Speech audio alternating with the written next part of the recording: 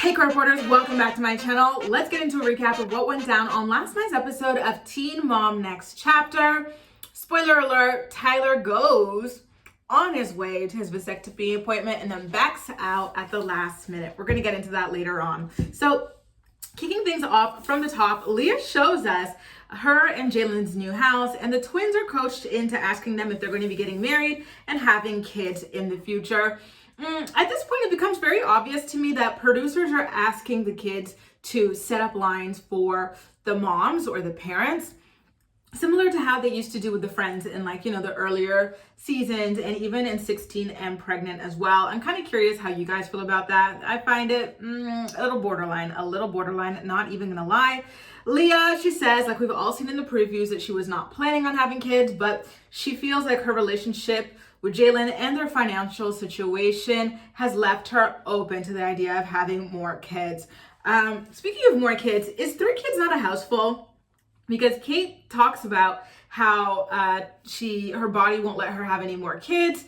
They've got 3 in the house. They've got Carly biologically with Brandon and Teresa. And so she's like, I always pictured us having a house full of kids.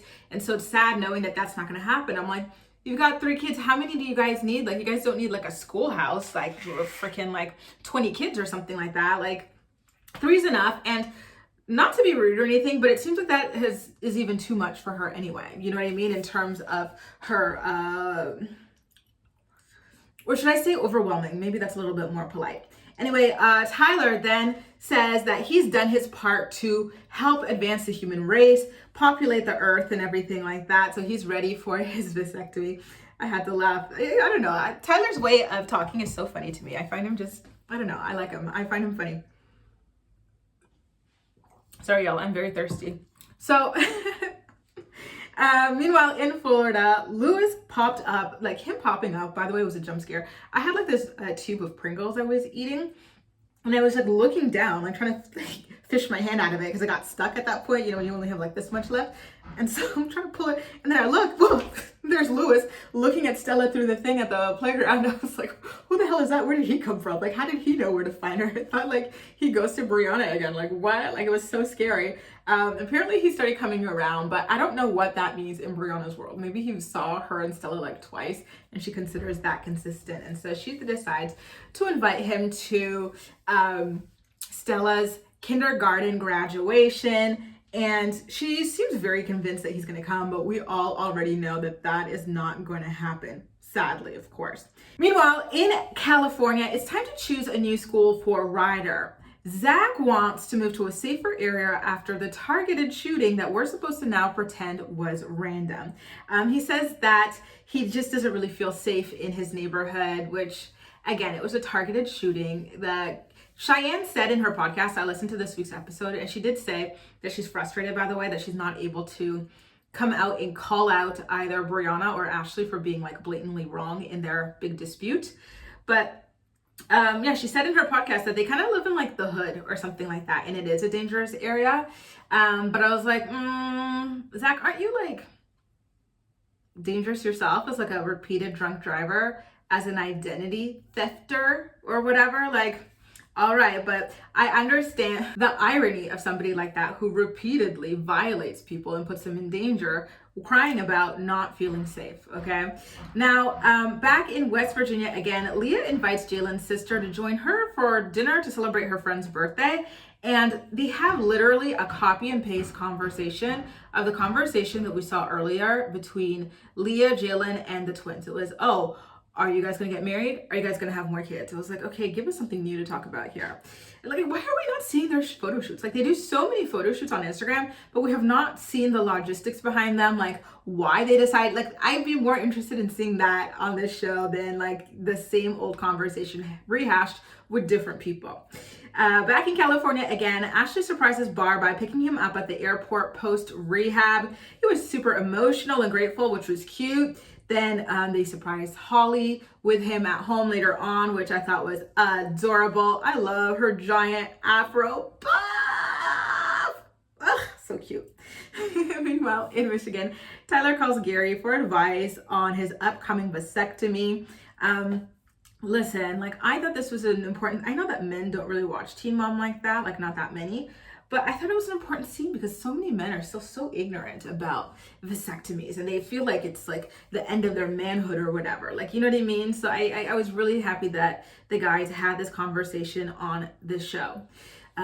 So Gary was like, just so you know, you're still gonna be able to like shoot up her club. You're not gonna like be like shooting up dust. You're still gonna be shooting up liquid.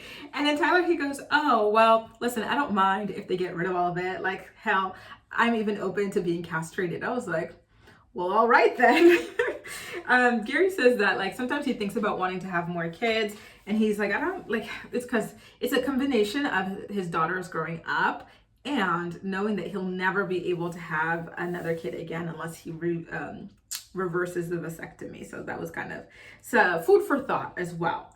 Now, back in Florida, surprise, surprise, deadbeat Lewis ends up missing Stellas graduation. He claims that he slept through it, basically. He's like, oh, like, what time is it? Oh, I just woke up. Well, first of all, why would he not know the time of the graduation when Brianna invited him? Normally when you invite someone to something, you say, here, I want you to be there for this occasion, at this location, at this time.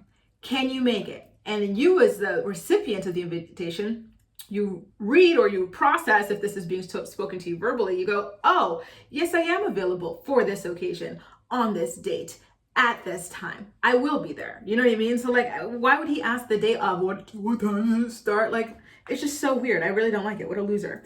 Now, in Michigan again, Caitlin is driving Tyler to the doctors to get his vasectomy, and he's super anxious. Like, you could really hear it. He kept going, you know, like, we could always reschedule, yeah, like he was stressed, the poor guy. And so they ultimately just end up not going, and they decide to reschedule the procedure, which, listen, I think is totally natural. It's a really big undertaking at the end of the day.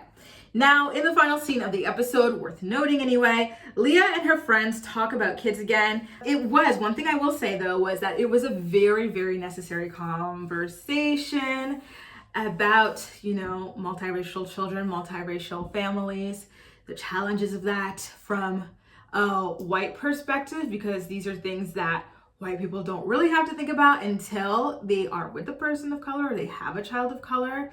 And I really loved that Jalen's sister popped up and was able to get in on the conversation as well as a Black woman, because this is like her whole life thing. So she really gets the perspective and stuff like that. So it was very interesting. She gave some good advice to Leah, and I really enjoyed Leah's eagerness to learn as well. And I really appreciated the stories from her friends as well. The friend, I think her name's not Jessica, I think that's Jalen's sister. Like, her friend who was celebrating the 30th birthday, she also has a biracial child. And so she talked about this one time when she told her son that he could not go outside with his Nerf gun. And she was like, oh, like I could just feel like I broke his soul, his spirit. And that's something that she would have never had to think twice about if she had, a kid with a white guy instead of a Black guy. Like, it was just, I don't know, it was a very interesting and important conversation, and I was happy that we were able to bear witness to it. Anyway, you guys, that does it. A recap of what went down on last night's episode of Teen Mom Next Chapter. As always, I'm more excited to hear what you have to say, so please make sure to let me know all of your thoughts and opinions in the comment section down below, and as usual, we'll chat. That's all for now. Thank you so much for watching, and I'll see you next time.